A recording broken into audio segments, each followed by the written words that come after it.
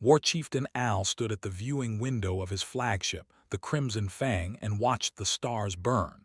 17 star systems had fallen to his people over 3,000 years. 17 civilizations had knelt before the Dominion, begging for mercy that never came. This was the natural order of things. The strong ruled. The weak served or died. Al was 8 feet of scaled muscle and armored bone. His claws dripped venom that could kill a creature 10 times his size within seconds. His eyes saw heat as clearly as light, making darkness meaningless to him. He could survive weeks without food, months without water if needed. Evolution had spent millions of years crafting his species into perfect killers, and the galaxy had learned to fear that perfection. Behind him, his officers moved quietly through the bridge. They were planning the next campaign as they always did. There was always another world to conquer, another species to crush. They did not know boredom. They knew only the hunt. "War Chieftain," said X, his second-in-command, approaching with a data tablet. "The scouts have returned from the outer rim." Al turned slowly. He did not rush for anyone or anything. What did they find? "A new species. They call themselves humans." X touched the tablet, and a hologram appeared in the air between them. It showed a creature standing upright on 2 legs with soft pink skin and no visible weapons on its body. No claws, no fangs, no armor. It looked fragile, like something that would break if you squeezed it too hard. Al tilted his head, studying the image. "This is a predator species." "Apparently so, War Chieftain. They consume meat. They have colonized 1 star system at the galaxy's edge. 12 ships defend their territory. Their weapons appear to be basic plasma technology, nothing we have not seen before." A low rumble of amusement passed through the bridge. The officers had seen the hologram too. One of them, a young warrior named, laughed openly. "They have no scales, no claws, their teeth are flat. How do they hunt anything?" "Perhaps they talk their prey to death," another officer suggested, and more laughter followed. Al did not laugh. He had lived long enough to know that appearances could deceive. But he also trusted the evidence before his eyes, and these humans looked like prey, not predators. He had seen herbivore species with more natural defenses. "What do we know of their culture?" he asked. X consulted the tablet. "They appear to value something called democracy, where all members of the species have some voice in leadership. They form emotional bonds not just with each other but with other species, even non-sentient animals. They keep creatures called dogs and cats as companions rather than food." More laughter from the bridge crew. A species that befriended its food instead of eating it. How had they survived long enough to reach the stars? "They are also divided," X continued. "Our scouts found evidence of historical conflicts. They have fought wars against each other for thousands of years over territory, resources, and abstract concepts like religion and ideology." This was more interesting to Al. A species that warred with itself was a species that understood violence. But divided species were weak species. They had unified ago under the simple truth that cooperation made the pack stronger. These humans had apparently never learned that lesson. "How many of them are there?" Al asked. "Approximately 4 billion on their colony world. Another 2 billion spread across orbital stations and mining outposts. 6 billion soft, fragile creatures with flat teeth and no armor." Al made his decision quickly. "Send a subjugation fleet, 50 vessels, 10,000 warriors, standard protocol." X's eyes widened slightly. 50 vessels, for 1 system with 12 defenders. Is that not excessive? "I wish to be thorough, and our warriors grow restless without combat. This will give them exercise." X bowed his head in acknowledgement. "It will be done, War Chieftain. Shall I lead the fleet personally?" "No, send Commander Al. He has been eager to prove himself." Al turned back to the viewing window. "This should take no more than 3 days. Have the processing ships ready to collect the survivors for labor allocation." And if they refuse to surrender? Al's mouth stretched into something that might have been a smile on a species with softer features. Then we will teach them the cost of defiance, as we have taught so many others. The subjugation fleet departed the next morning, 50 warships moving through space like a school of metal sharks. Commander Al sent his first message to the human colony before they even entered the system, as was tradition. It was simple and direct. You will surrender your worlds, your resources, and your people to the Dominion. Resistance will result in extermination. You have one standard day to comply. The response came back within hours, far faster than expected. Al read it aloud to his bridge crew, his voice thick with disbelief. You have entered sovereign human territory. Leave now or face the consequences. Silence followed, then laughter louder than before. Face the consequences. These soft creatures with their flat teeth and their companion animals were threatening the. It was absurd. It was hilarious.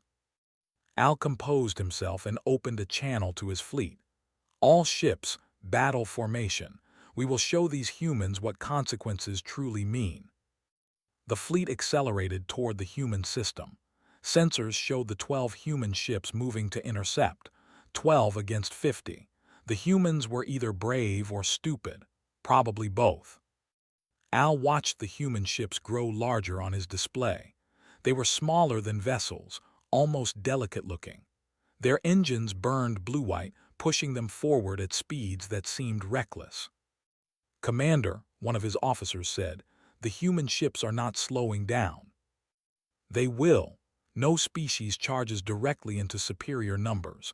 They are testing our resolve." But the human ships did not slow down. They kept accelerating, pushing their engines past any safe limit. Warning alarms began to sound on the bridge as the tactical computers tried to predict the humans' course. "Commander, if they do not reduce speed, they will not be able to maneuver effectively. They are flying directly at us." Al felt the first flicker of uncertainty. This was not how prey behaved. Prey ran. Prey hid. Prey surrendered when faced with overwhelming force. These humans were doing none of those things. "Open fire," Al commanded. "Destroy them." The fleet unleashed its weapons, and the battle for humanity's survival began. Commander Al had expected the battle to last minutes. Instead, it stretched into hours of chaos and fire. The human ships moved wrong. That was the only way Al could describe it. They turned at angles that should have killed their crews from the pressure alone. They accelerated and decelerated so fast that the targeting systems could not track them. One moment a human ship would be flying straight at a cruiser, and the next it would twist sideways, fire its weapons into the cruiser's weaker underbelly, and vanish before return fire could find it. "How are they surviving those maneuvers?" Al demanded. "The forces should crush them inside their own ships." "Unknown, Commander. Their bodies should not be able to handle such stress." But the humans handled it. Ship after ship danced through the formation, striking and running, striking and running. They never stayed still. They never gave the weapons a clean target. 3 ships fell in the first hour, then 5 more. The humans lost ships too, but they did not retreat. A human frigate took a direct hit that tore off half its hull. Instead of trying to escape, it pointed its damaged nose at the nearest cruiser and accelerated to maximum speed. "They are ramming us," an officer said, his voice hollow with shock. The frigate struck the cruiser at full speed. Both ships disappeared in a ball of nuclear fire. The human crew had chosen death over retreat. They had turned their own ship into a weapon.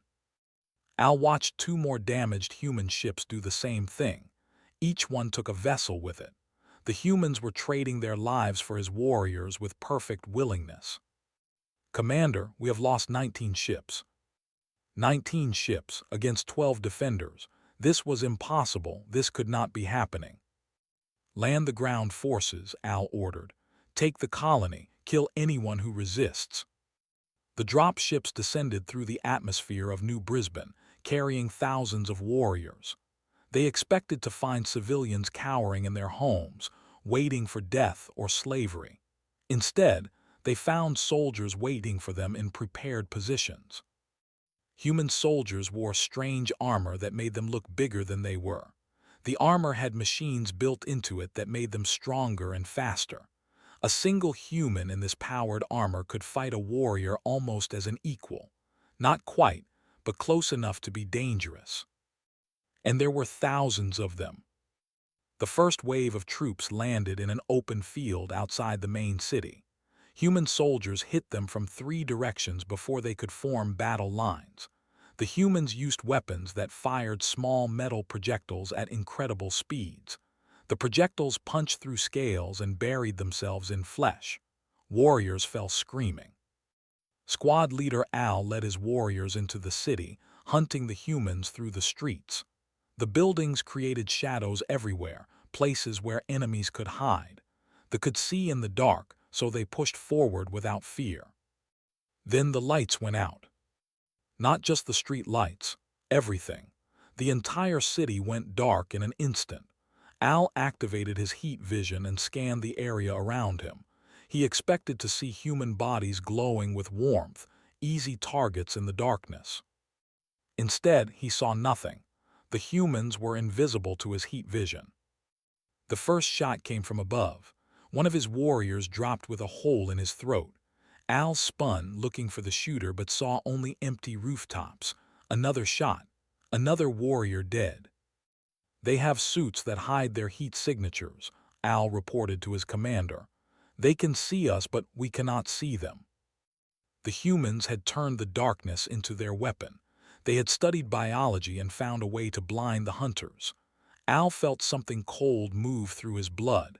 He did not recognize it as fear. He had never felt fear before. The fighting lasted for 3 days. They took the colony as they always did. Their numbers were too great, their warriors too fierce, but the cost was beyond anything they had ever paid before. 19 ships, 4,000 warriors, for one small colony whirled at the edge of nowhere. Al stood in the ruins of the human capital city and tried to understand what had happened. Human prisoners were being loaded onto transport ships, those who had survived and surrendered. Most had not surrendered. Most had fought until they could not fight anymore, and then they had fought some more. One human soldier had been cornered in a building with no weapons left and a broken leg. When warriors entered to capture her, she had detonated explosives strapped to her own body, taking 4 warriors with her. She had smiled as she pressed the button. Smiled. The reports went back to War Chieftain Al on the Crimson Fang. He read them in his private chambers alone, where no one could see his face. 19 ships, 4,000 warriors, against 12 ships and a handful of ground forces. Something was wrong. Something was very wrong. He called for his scientists and ordered them to study the human prisoners. He needed to understand this species. He needed to know what made them fight like this. The scientists worked for weeks, examining human biology, psychology, and history. When they brought their report to Al, their voices were troubled. "War Chieftain, these creatures are something we have never seen before. They are persistent predators." "Explain." "On their home world, they did not hunt like us. They did not have claws or venom or speed. So they chased their prey, not for minutes or hours, but for days. They would follow an animal until it collapsed from exhaustion, and then they would kill it. They evolved to never stop. Their bodies can keep moving long after other species would fall." Al considered this. Endurance is not strength. "No, War Chieftain, but there is more. They form bonds with other creatures, strong bonds. They will die for members of their pack, even pack members who are not their own blood, even pack members who are not their own species." The scientist paused. "They do not fight just for survival. They fight for revenge, for honor, for love. These are concepts we understand, but for humans they are more important than life itself. They are insane. Perhaps, or perhaps they have found a strength we do not possess." The scientist lowered his head. "War Chieftain, I recommend caution. These humans are not like anything we have conquered before." Al dismissed the scientist and stood alone at his window, watching the stars. The cold feeling in his chest was growing stronger. He still did not have a name for it. Somewhere out there, the humans were rebuilding. They were mourning their dead, and if the scientists were right, they were preparing to fight again. They would keep fighting until they won, or until every single one of them was dead.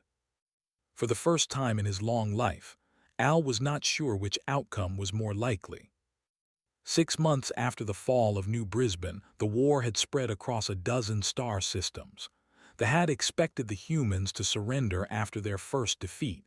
Every other species had done so. Lose one battle, lose hope, bow before the conquerors. It was the natural response of prey. The humans did not follow this pattern. Instead, they mobilized. Their factories worked day and night, producing ships and weapons at a rate that stunned intelligence officers.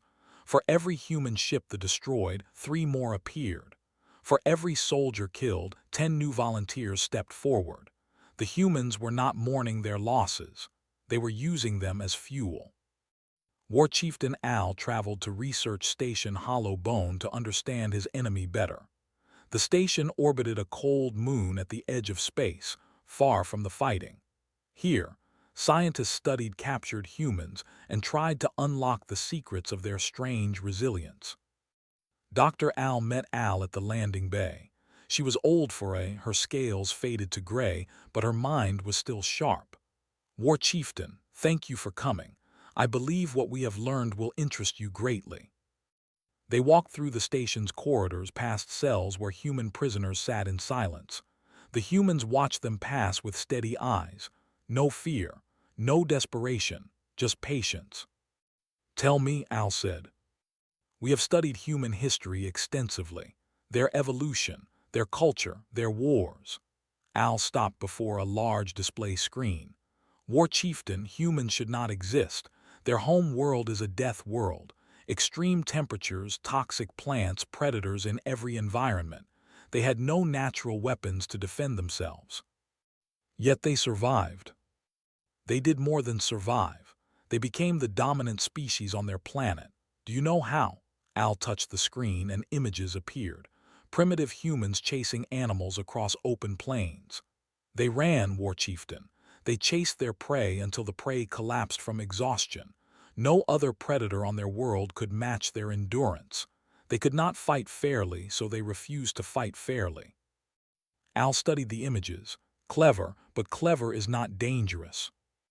There is more. The images changed to show humans with wolves standing beside them. They formed alliances with other predators. They did not see wolves as competition. They saw them as potential pack members. They offered food and shelter in exchange for hunting assistance. Over generations, wolves became dogs, loyal companions who would die for their human masters. They domesticated predators. Yes, and this bonding instinct extends to everything. Humans form emotional attachments to their ships, their weapons, their machines. They give them names. They talk to them. A human pilot does not see her ship as a tool. She sees it as a partner. When that ship is destroyed, she feels grief as if she lost a family member. Al remembered the human pilot who had rammed her damaged ship into his cruiser. She had been smiling. Had she been saying goodbye to her ship, to her crew, to herself? We captured one of their pilots, Al continued. Lieutenant Sarah. We offered her life in exchange for information about human fleet movements. Do you know what she said? Tell me. She laughed. She said, my squadron will avenge me, not might avenge me, not I hope they avenge me. She said it as if it were an absolute fact, as certain as gravity. Al's voice dropped. And she was right to be certain. Humans do not abandon their own. They will cross the galaxy to recover a single prisoner. They will wage wars over bodies of fallen soldiers. That is irrational. Is it? Or is it brilliant? Consider. Every human soldier knows that if they fall, their people will come for them. They know they are never truly alone. This makes them fearless in battle. It makes them willing to take risks that no rational species would take. Al was silent for a long moment. He thought about warriors who fought for glory and conquest. If a fell in battle, his body was left where it dropped. Honor was in the death, not in the recovery. No would risk living warriors to retrieve dead ones. Humans would. An alarm shrieked through the station. Red lights flashed along the corridors. Al's eyes went wide with shock. Impossible. We are in deep territory. How could they? The answer came seconds later when armored figures burst through a maintenance hatch. Human soldiers, their faces hidden behind black visors, moving with deadly precision. They killed 4 guards before anyone could react. "Rescue team," one of them shouted. "All prisoners on your feet, we're getting you out." Al drew his weapon, but a human soldier was already between him and the prisoners. The soldier was smaller than Al, weaker, slower. It did not matter. The soldier's weapon was aimed at Al's head, and the soldier's hands were perfectly steady.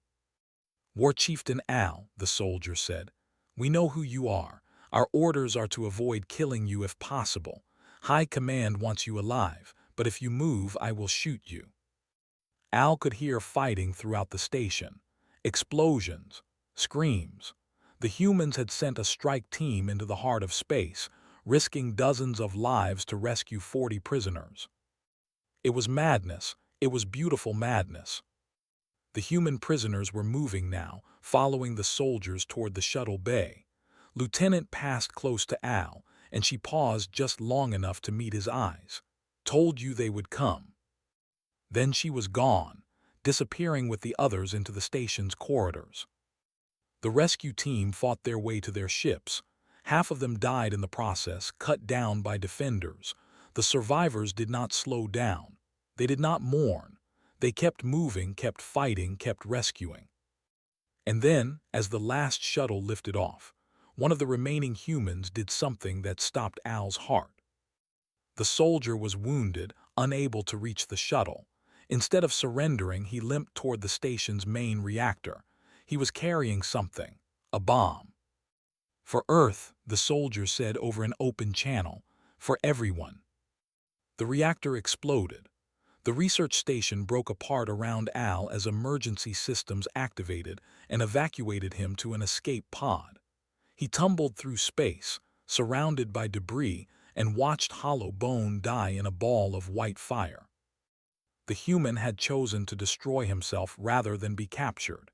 He had taken the station with him, along with years of research and dozens of personnel. In his escape pod, drifting through the cold vacuum, Al finally put a name to the feeling in his chest. Fear. He was afraid of the humans. And he realized with horrible clarity that they had made a terrible mistake. They had attacked a species that did not know how to give up. They had given humanity a reason to fight. Now they would discover what happened when humans had something to fight for. 2 years into the war, the Dominion began to understand what it meant to fight a persistent predator. They were not losing quickly. Human worlds burned. Human fleets shattered against superior firepower. Millions of humans died in battles across the frontier. By any reasonable measure, they were winning. But humans did not measure victory reasonably. Every world they conquered became a nightmare. Guerrilla fighters emerged from the ruins, striking supply lines and vanishing into the wreckage. Some of these resistance cells operated for months without resupply, surviving on scraps and hatred. When they finally captured them, the fighters often killed themselves rather than surrender, taking as many enemies with them as possible. Worlds that should have submitted kept fighting. Cities that had been reduced to rubble still produced snipers and saboteurs. Human civilians who had never held weapons before picked up the guns of fallen soldiers and became warriors overnight. War Chieftain Al studied the reports from a dozen fronts and tried to find a pattern, a weakness, something he could exploit. He found nothing. The humans had no single weakness. They had thousands of small ones, their fragile bodies, their slow reflexes, their need for food and water and sleep. But they compensated for every weakness with stubbornness and creativity. A general sent him a report about a human soldier who had been captured 3 years ago on New Brisbane. The soldier had been patient. He had cooperated with his captors, learned their language, earned small freedoms. Then, one night, he had escaped. He killed 4 guards with a makeshift knife carved from a dining utensil. He stole a shuttle and flew it directly into a communications array, destroying himself and cutting off contact between two fleet groups for 6 hours. 3 years of waiting for one moment of opportunity. 3 years of planning for a death that served his people. What kind of species did that? Al began reading human history in earnest. He needed to understand how they thought, how they fought, how they survived. What he found disturbed him deeply. Humans had been at war with themselves since they first learned to make weapons. They had fought over land, over resources, over ideas, over gods, over nothing at all. They had developed weapons capable of destroying their entire planet and had somehow managed not to use them. They had survived plagues that killed half their population, and they had kept going. They had survived ice ages, and they had kept going. They had survived everything their death world could throw at them, and they had kept going. Every strategy humans had used against each other centuries ago. Siege warfare, terror tactics, scorched earth. Humans knew all of it. They had written books about it. They taught it in schools. But the most disturbing thing Al learned was how humans responded to defeat. Other species collapsed after losing wars. Their cultures shattered. Their will to fight disappeared. But humans transformed. They learned from their failures. They rebuilt stronger than before. Some of their greatest civilizations had risen from the ashes of destruction. They did not know how to fight an enemy that grew stronger from defeat. Admiral knew. She commanded the human Third Fleet, 60 ships held together with repairs and desperate hope. Her fleet had been hammered in battle after battle, pushed back across 3 star systems. Intelligence reports said they were preparing a final assault to wipe her out. Called her captains together for a briefing. They gathered on the bridge of her flagship, the Unconquered, and waited for orders. Their faces were tired. They had been fighting for 2 years without rest. Many of them had lost ships, friends, family. They think we're beaten, told them. They think we're going to run. They think we're going to scatter and try to save ourselves. She paused. They're wrong. She outlined her plan. It was insane. It was suicidal. It was so stupid that no rational enemy would expect it. They were going to attack. 60 ships against 200. No hope of victory. No hope of survival. But the command structure was concentrated in that fleet. If they could break through, if they could reach the command ships, they could cripple the entire enemy campaign. We're not going to win this war today, said. But we can make sure they don't win it either. We can give Earth time to build more ships, train more soldiers, prepare for the next fight. That's what we're here for. That's what we've always been here for. She looked at her captains one by one. I won't order anyone to follow me. This is a volunteer mission. If you want to run, I won't blame you. But I'm going forward. I'm going to make them remember us. No one left. The Third Fleet launched its attack at dawn the next day. They were expecting a desperate retreat. Instead, they got a desperate charge. Human ships tore into the formation at full speed, weapons blazing, shields failing, crews dying. They did not slow down. They did not hesitate. Admiral broadcast a message on all channels as her fleet burned through the enemy lines. You want us to be afraid. You want us to run. You want us to surrender.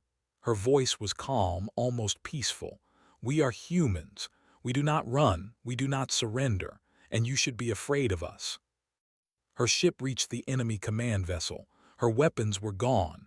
Her shields were gone. Half her crew was dead. She had one option left. She accelerated to maximum speed. The Unconquered struck the command ship at full ramming velocity. Both vessels disappeared in nuclear fire. Admiral died instantly, along with the entire enemy command staff. The Third Fleet was destroyed, all 60 ships lost, thousands of human lives gone in a single battle. But they had lost their forward command structure. Their campaign fell apart without leadership. Human forces elsewhere had time to regroup, rebuild, counterattack. A single fleet had traded its existence for months of breathing room. Al received the battle reports in silence. He thought about Admiral, about her final words, about her choice to die rather than accept defeat.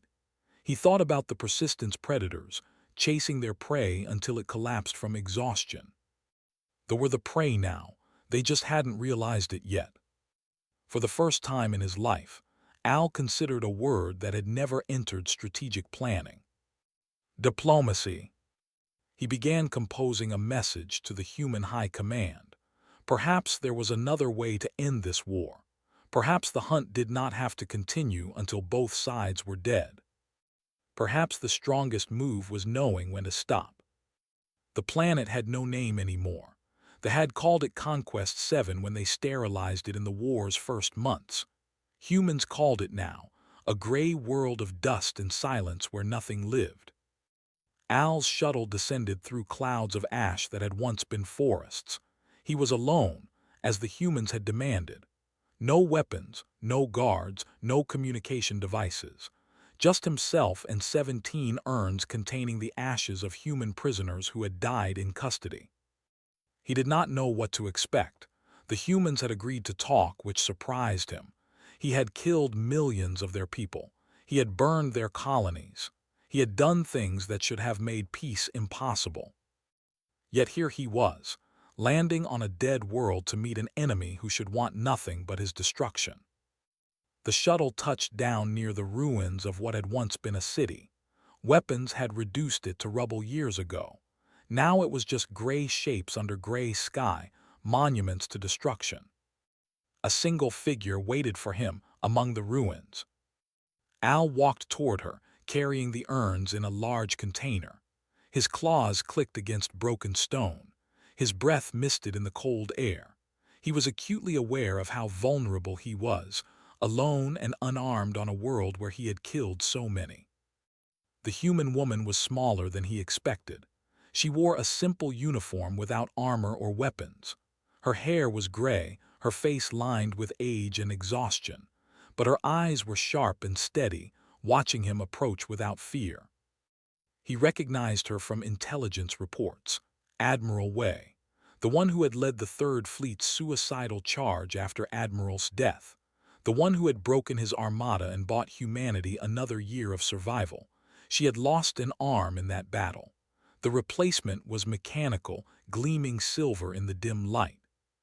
"War Chieftain Al," she said. Her voice was calm, almost pleasant. "Thank you for coming." "Admiral," he set down the container of urns. "I have brought what you asked for." She looked at the container for a long moment.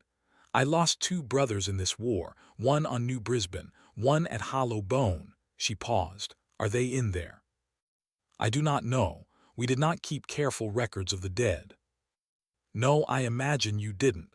She turned and began walking into the ruins. "Walk with me." Al followed. They moved through the destroyed city in silence, past collapsed buildings and melted vehicles. The ash crunched under their feet like snow.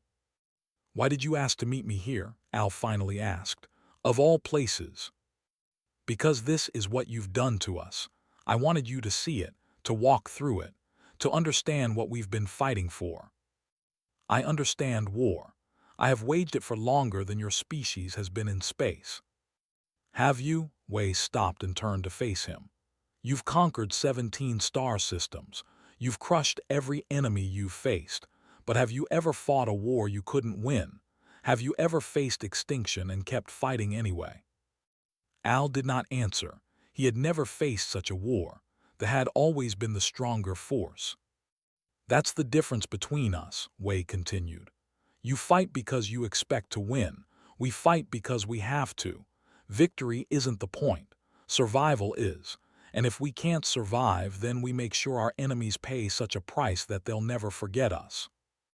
You would destroy yourselves rather than surrender."